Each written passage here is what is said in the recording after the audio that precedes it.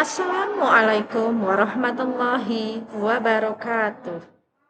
Selamat datang di video pembelajaran hari ini bersama saya Indah Sahawatun Ulia Fakih dari SMP Negeri 2 Grobogan, mata pelajaran Pendidikan Agama Islam dan Budi Pekerti, kelas 7 semester dasar. Pada hari ini saya ingin menyampaikan topik mengenai tentang Quran dan Sunnah sebagai pedoman hidup. Ya, pada bab 1 ini kita akan mempelajari mengenai tentang Al-Quran dan Sunnah sebagai pedoman hidup.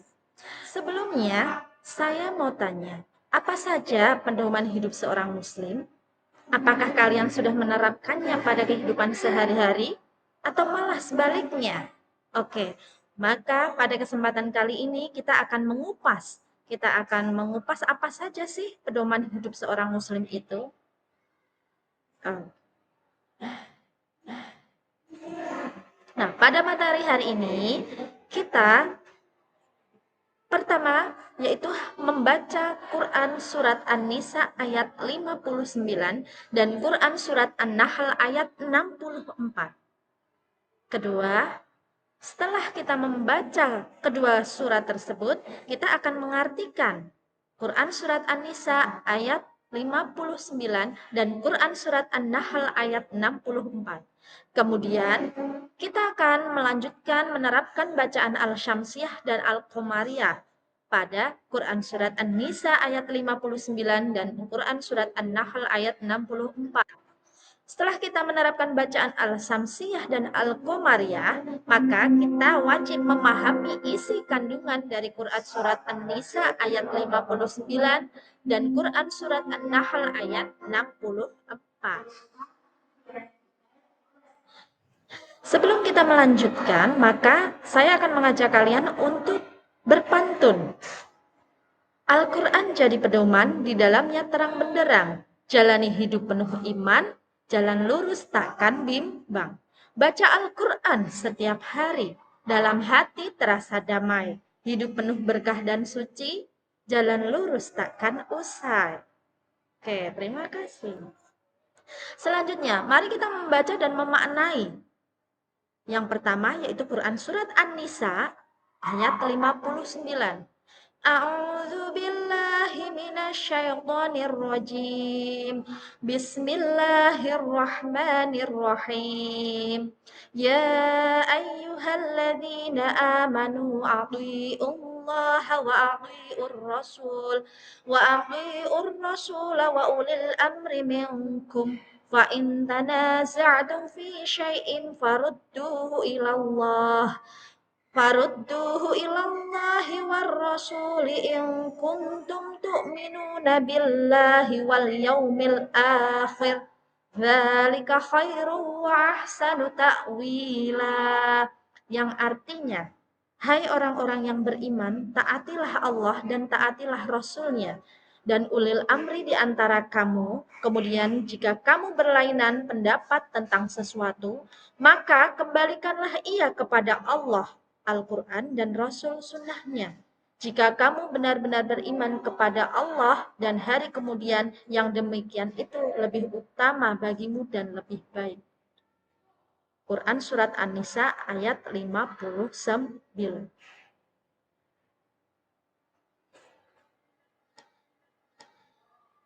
Quran yang kedua, Quran surat An-Nahl ayat 64.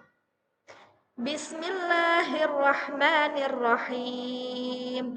Wa ma anzalna 'alaikal kitaba illa litubayyana lahumul ladzi ikhtalafu fihi wa hudaw wa rahmatan liqaumin yu'minun. Artinya, dan kami tidak menurunkan kepadamu Alkitab Al-Quran ini, melainkan agar kamu dapat menjelaskan kepada mereka apa yang mereka perselisihkan itu dan menjadi petunjuk dan rahmat bagi kaum yang beriman.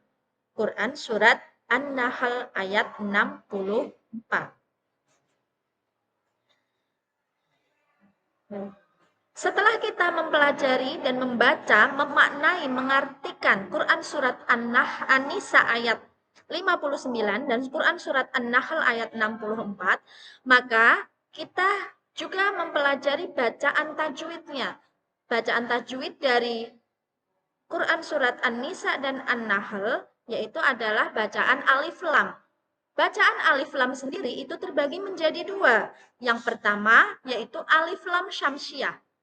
Alif lam syamsiah yaitu adalah alif lam yang dirangkai dengan kata benda atau isim dan diawali dengan salah satu dari huruf-huruf syamsiah.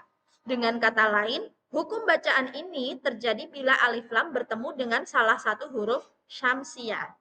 Nah, apa saja huruf-hurufnya?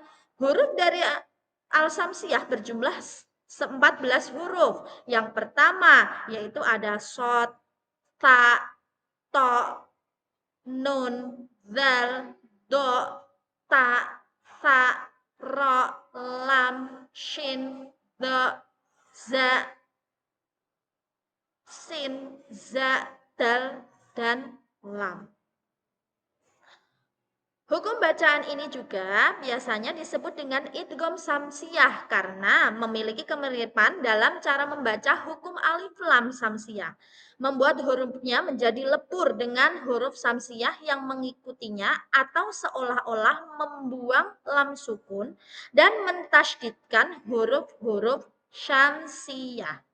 Jadi, dari huruf apabila kalian bertemu dengan huruf alif lam syamsiyah, maka alif lamnya itu biasanya di alif lam syamsiyahnya itu ditandai dengan tanda baca tasydid. Yang kedua yaitu alif lam komariah. Alif lam komariah yaitu adalah hukum bacaan tajwid bertemu alif lam yang terjadi bila alif lam sukun dengan salah satu huruf komariah. Bacaannya ditandai dengan huruf alif lam pada suatu ayat memiliki harokat sukun atau mati. Nah, huruf komariah itu terdiri dari 14. Yang pertama alif, ba, jim, ha, kho, ain, ghin, fa, qaf, kaf, mim, wawu, ha, ya. Ya, jadi ada 14 juga. Nah, cara membaca hukum alif lam komariah yaitu bacaannya diidharkan. Idhar sendiri itu memiliki arti jelas. Jadi, untuk membaca alif lam komariah harus dibaca dengan jelas. Huruf alif lamnya harus dibaca dengan jelas. Oke. Next, selanjutnya contoh bacaan alif lam.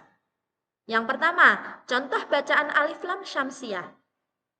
Di sini saya mencontohkan yang pertama yaitu dalam Quran surat An-Naziat ayat 34.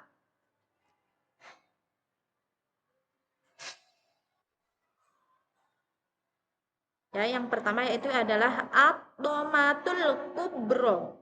Ad-dhammatul kubro. Kenapa dia bisa dikatakan bacaan alif lam syamsiyah? Karena alif lam bertemu dengan huruf to. Alif lam bertemu dengan to. Ad-dhammatul kubro. Yang kedua yaitu bacaan alif lam komariah. Alif lam komariah di sini saya contohkan pada Quran surat Al-Humazah ayat 4. Kalla la yumbadanna fil khutamah. Kalla la yumbadanna fil khutamah. Kenapa dikatakan sebagai alif lam komariah? Karena di sini alif lam bertemu huruf ha. Alif lam bertemu dengan huruf ha. Yang kedua, contoh dari alif lam komariah yaitu terdapat pada Quran surat Al-Baqarah ayat 2, yaitu zalikal kitabu, zalikal kitabu. Kenapa dikatakan sebagai alif lam komariah? Karena di sini alif lam bertemu dengan huruf kaf. Ya. Dan yang ketiga yaitu saya contohkan pada Quran surat At-Tin ayat 3. Dikatakan alif lam komariah di sini wahadzal baladil amin, wahadzal baladil amin.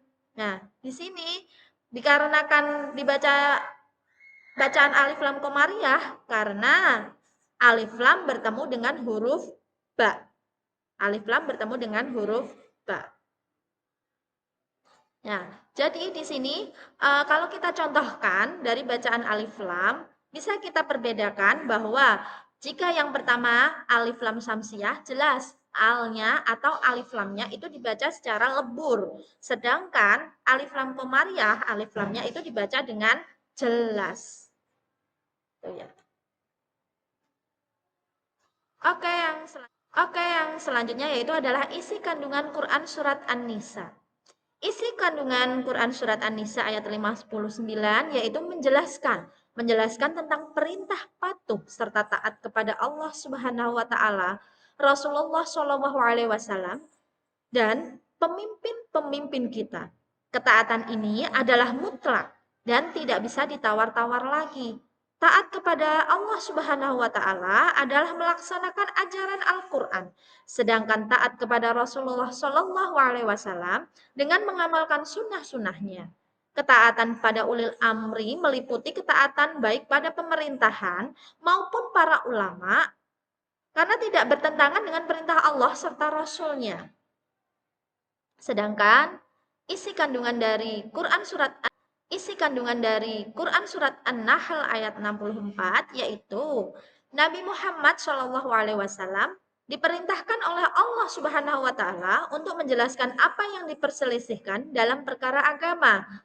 Penjelasan ini akan menjadikan manusia dapat membedakan perkara yang benar maupun yang salah. Al-Quran sendiri menjadi tuntutan menuju jalan yang benar juga menjadi rahmat atau kebaikan bagi semua orang. Untuk itu, dari kedua ayat di atas menjelaskan bahwa Al-Quran dan hadis menjadi sumber ajaran serta pedoman di dalam menjalani kehidupan. Selain itu, Al-Quran berfungsi sebagai pedoman dan sumber dasar, sedangkan hadis berfungsi sebagai penjelasan atau rincian, yakni dengan menjelaskan maksud ayat atau memberi bimbingan untuk berperilaku sesuai tuntunan Al-Quran. Oke, dari sini mudah-mudahan bermanfaat materi hari ini. Saya mengucapkan banyak terima kasih. Wassalamualaikum warahmatullahi wabarakatuh.